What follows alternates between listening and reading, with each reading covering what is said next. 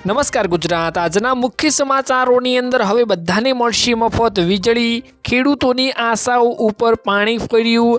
Singer Kinjal દવેના પરિવારનો સામાજિક બહિષ્કાર। 2026 પહેલા વાવાઝોડું મોટો ખતરો। આમ આદમી પાર્ટીના ભાજપ ઉપર આકરા પ્રહારો અને બીજા 15 મોટા સમાચારોની માહિતી આજના આ વિડીયોમાં આપણે મેળવીશું। તો જે પણ મિત્રો આપણી આ ચેનલની અંદર નવા આવ્યા છે તે મિત્રોની ખાસ વિનંતી કરું કે ચેનલને મિત્રો જરૂરથી સબસ્ક્રાઇબ કરી લેજો। આજના મિત્રો પહેલા સમાચારની વાત કરીએ તો હવે બધાને મફત વીજળી મળશે। ખાસ મોટા સમાચાર આવ્યા છે કેમ કે મિત્રો અત્યારે અનેક રાજ્યોમાં મિત્રો વીજળી મફત આપવામાં આવે છે। અનેક દર યુનિટો વીજળીઓ મફત આપવામાં આવતી હોય છે, પરંતુ ખાસ ગુજરાતમાં પણ મિત્રો મફત વીજળી મળવી જોઈએ અને ખાસ મિત્રો અનેક યોજનાઓ થ્રુ આપણને વીજળી મફત મળી પણ રહી છે। ખાસ મિત્રો ડિટેલમાં વાત કરશું કે કઈ આવી યોજનાઓ છે જેમાં મિત્રો મફત વીજળીઓ આપવામાં આવી રહી છે। તો ખાસ ગુજરાતમાં ઝૂંપડીઓમાં રહેતા ગરીબોના ઘરને પ્રકાશમય કરવા માટે રાજ્ય સરકાર દ્વારા ઝૂંપડા વીજળીકરણ યોજના અમલમાં મૂકવામાં આવેલ છે। આ યોજના અંતર્ગત ઝૂંપડાઓમાં રહેનારાઓને નિઃશુલ્ક વીજ જોડાણ આપવામાં આવે છે। છેલ્લા મિત્રો 5 વર્ષમાં આ યોજના હેઠળ 8,499 લાખના ખર્ચે મિત્રો 1,52,466 ઝૂંપડાઓનું મફત વીજળીકરણ કરવામાં આવ્યું અને ગરીબોના જીવનના સ્તરમાં મિત્રો સુધારો લાવવામાં આવ્યો, એટલે કે ગરીબોને ઊંચા લાવવાની મદદ મળી। એટલું જ નહીં મિત્રો, ડિટેલમાં વાત કરું તો સંવેદનશીલ મુખ્યમંત્રી તરીકે આપણા જાણીતા એવા ભૂપેન્દ્રભાઈ પટેલે વર્ષે મિત્રો એટલે કે 2025 અને 26માં ઝૂંપડા વીજળીકરણ યોજના માટે 1,617 લાખના ખર્ચની જોગવાઈ પણ કરી। લાભાર્થીઓ માટે વાર્ષિક આવક મર્યાદા ₹1.5 લાખ સુધી કરવામાં આવશે તેવી પણ મિત્રો બાંયધરી આપી છે। એટલે કે ખાસ કરીને આ યોજનાને હજુ મિત્રો વેગ આપવામાં આવશે અને હજુ જેટલા ગરીબોને અત્યારે મફત વીજળી નથી મળતી, આનો લાભ નથી મળતો, તેઓને લાભ પણ આપવામાં આવશે। ત્યારબાદ મિત્રો મહત્વના સમાચારની વાત કરીએ તો ખેડૂતોની આશાઓ ઉપર પાણી ફરી વળ્યું। ખાસ મોટા સમાચાર મિત્રો સામે આવ્યા છે કેમ કે અત્યારે મિત્રો ખેડૂતોનો હાલ બેહાલ આપણને જોવા મળી રહ્યું છે, પરંતુ ખેડૂતોને પૂરતો લાભ પણ મળતો નથી। ખેડૂતોની વારે સરકાર આવતી નથી તેવું આપણને લાગી રહ્યું છે। ખાસ મિત્રો મોટા સમાચાર છે કેમ કે અત્યારે જે મિત્રો ખેડૂતનો હાલ થયો છે તેમાં અત્યારે પાક નુકસાન અને પાક ધોવાણના કારણે ખેડૂતોના હાલ બેહાલ જોવા મળ્યા છે। અત્યારે ખેડૂતો નવા પાકની શરૂઆત કરી દીધી છે, નવી વાવણીઓની શરૂઆત કરી દીધી છે, ત્યારે મિત્રો ફરીથી આગાહીઓ પણ કરવામાં આવી છે। ખાસ મિત્રો તેની વાત ડિટેલમાં આગળ કરીશું, પરંતુ અત્યારે મુદ્દો એ નથી મિત્રો, મુદ્દો એ છે કે કેન્દ્ર સરકારે સ્પષ્ટપણે જણાવ્યું છે કે પ્રધાનમંત્રી કિસાન સન્માન નિધિ યોજના હેઠળ આપવામાં આવતી વાર્ષિક નાણાકીય સહાયની બમણી કરવાનો કોઈ પ્રસ્તાવ હાલમાં વિચારણા હેઠળ નથી। એટલે કે ખેડૂતને એવું હતું કે 2026ના એન્ડમાં એટલે કે 2025ના એન્ડમાં અને 26ની શરૂઆતમાં ખેડૂતોને કંઈક નવું મળશે, એટલે કે નવી ભેટો મળશે અને ખાસ કરીને PM કિસાન યોજના હેઠળ જે 2,000 રૂપિયાનો હપ્તો આપણને 4 વર્ષના અંતરાલમાં 4 મહિનાના અંતરાલમાં આપણને મળે છે અને વર્ષના અંતરાલમાં 6,000 રૂપિયા મળે છે, તેમાં મિત્રો વધારો કરવામાં આવશે તેવું ખેડૂતોને આશા હતી, પરંતુ સરકારે મિત્રો સ્પષ્ટપણે જણાવ્યું છે કે આમાં કોઈ પણ 1 રૂપિયાનો પણ વધારો કરવામાં આવશે નહીં। ખાસ મિત્રો વાત કરું તો આ સ્પષ્ટતા ખેડૂતોના વર્તમાન 6,000થી વાર્ષિક 12,000 સુધી વધારવા અંગે ચાલી રહેલી વ્યાપક અટકળ ઉપર કામચલાઉ વિરામ મૂકે છે। એટલે કે અત્યારે આ ઉપર કોઈ વિચારણા કરવામાં આવશે નહીં। શુક્રવારે એટલે કે 12 ડિસેમ્બર 2025માં રાજ્યસભામાં સંસદ સભ્ય સમીરુલ ઇસ્લામ દ્વારા મિત્રો ઉઠાવવામાં આવેલા આ પ્રશ્નોના જવાબમાં જાહેરાત મિત્રો કરવામાં આવી છે। એટલે કે કૃષિ અને ખેડૂત કલ્યાણ રાજ્યમંત્રી રામનાથ ઠાકુરે પુષ્ટિ કરીને આપી હતી કે ચૂકવણી બમણી કરવાની હાલમાં સરકારની કોઈ પણ સમીક્ષા હેઠળ નથી। એટલે કે અત્યારે આ ખેડૂતને જે 2,000 રૂપિયાનો હપ્તો મળે છે તેમાં રૂપિયાનો પણ વધારો કરવામાં આવશે નહીં તેવું અત્યારે સરકારે સ્પષ્ટપણે જણાવ્યું છે। તમારા મતે મિત્રો શું ખેડૂતોને આ 2,000નો હપ્તો મળે છે તેમાં વધારો કરવો જોઈએ કે નહીં? 2,000ની જગ્યાએ જો 2,500 રૂપિયા કરવામાં આવે તો પણ ખેડૂતને એવો સારો લાભ મળશે।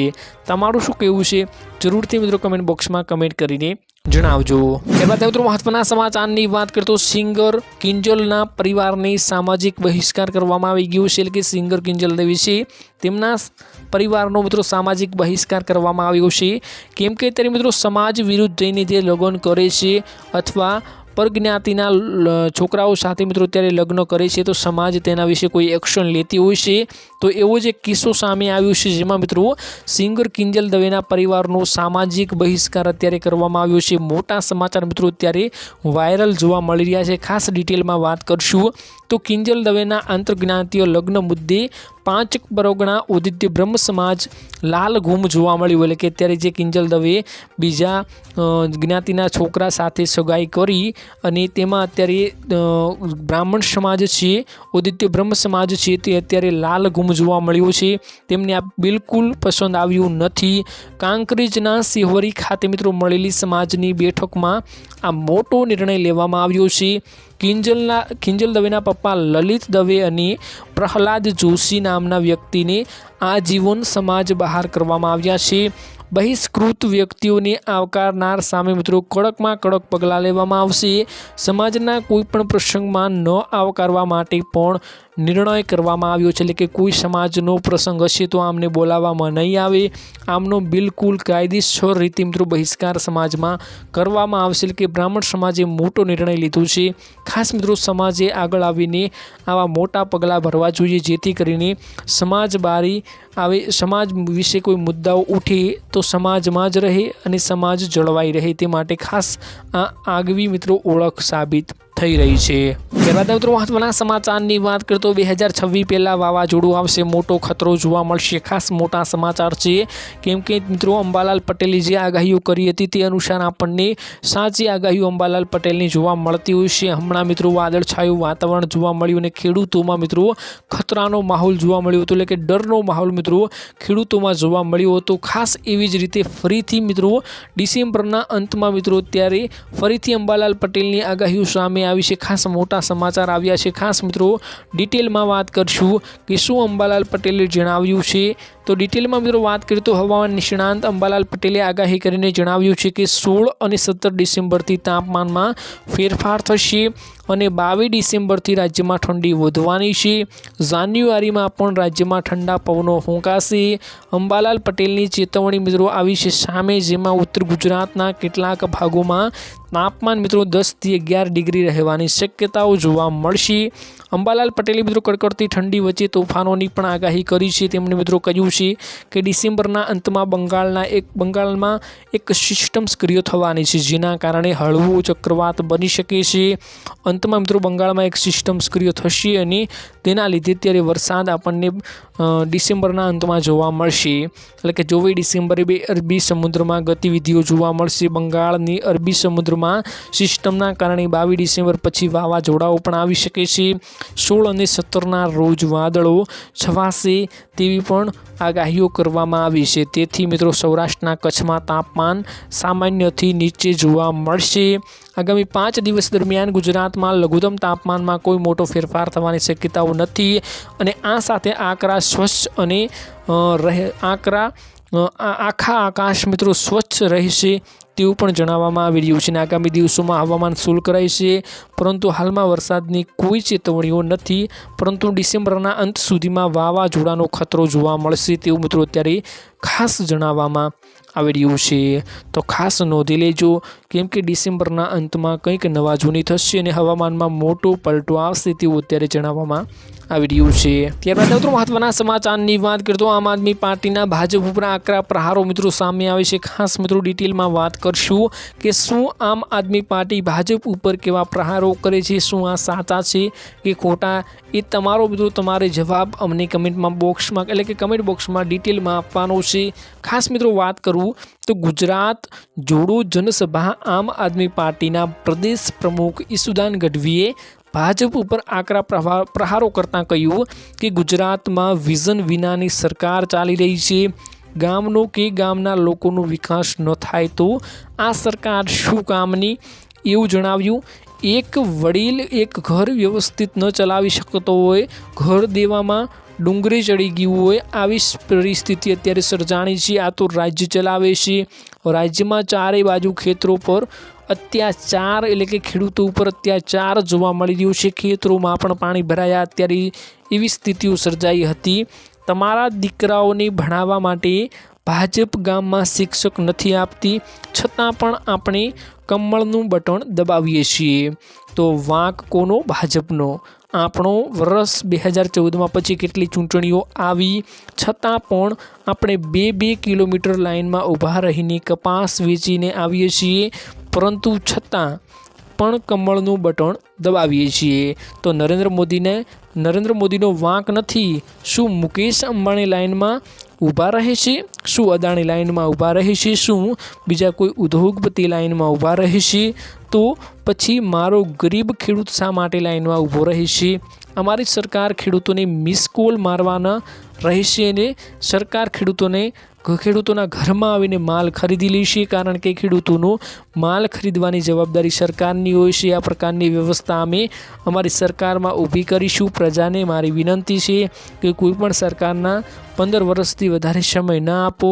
ભાજપ કરતાં અમારામાં 10 ગણી આવડત છે, કારણ કે 8 પાસ છે, અમે ડબલ ગ્રેજ્યુએશન છીએ, અમે કર્મના સિદ્ધાંતોને માનીએ છીએ અને માટે કોઈ મોટું કામ, કોઈ ખોટું કામ કરતા નથી. એટલે કે એવું કહેવામાં આવી રહ્યું છે કે અમને 15 વર્ષ તમે કોઈ સરકારને આપો છો તો તમારે તેને જાણી લેવાની છે કે કેવી સરકાર હોય છે.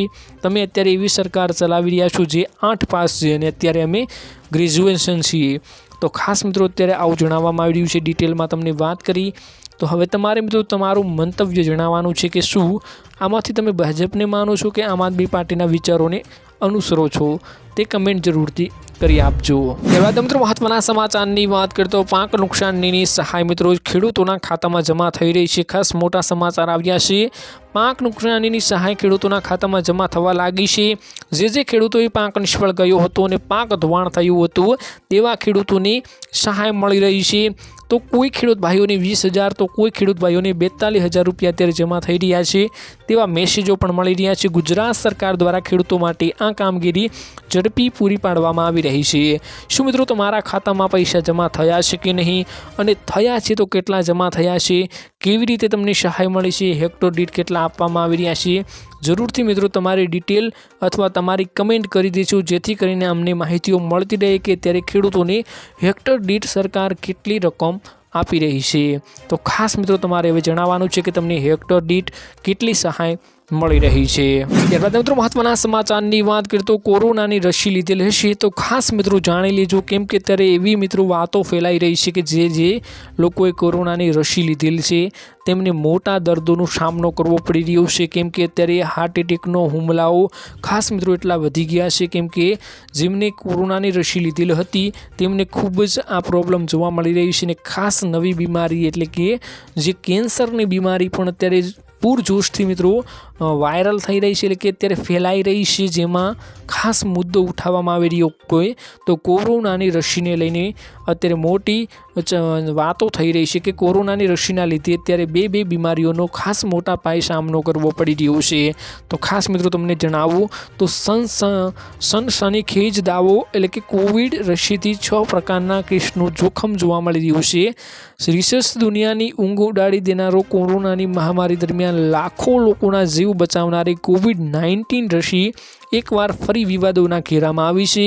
શરૂઆતથી જ મિત્રો હાર્ટ એટેક અને અન્ય સ્વાસ્થ્યના સમસ્યાઓના સાથે જોડાયેલી રહેલી આ રસીને લઈ હવે દક્ષિણ કોરિયાના વૈજ્ઞાનિકોએ એક ચોંકાવનારો મિત્રો દાવો કર્યો છે કે કોરોનાની રસીના લીધે તમને પણ અલગ અલગ પ્રકારના 6 પ્રકારના કેન્સર જોવા મળી શકે છે. એટલે કે આ કોરોનાની રસી છે જેમણે લીધી છે તેમને 6 પ્રકારના અલગ અલગ કેન્સર પણ થશે તેવું જણાવવામાં આવી રહ્યું છે. તો ખાસ મિત્રો આવા મોટા સમાચારો ફરતા હોય છે, પરંતુ આપણે કોઈ ગભરાવાની જરૂર નથી, કેમ કે અત્યારે કોરોનાની રસી નરેન્દ્ર મોદીએ પણ લીધી છે.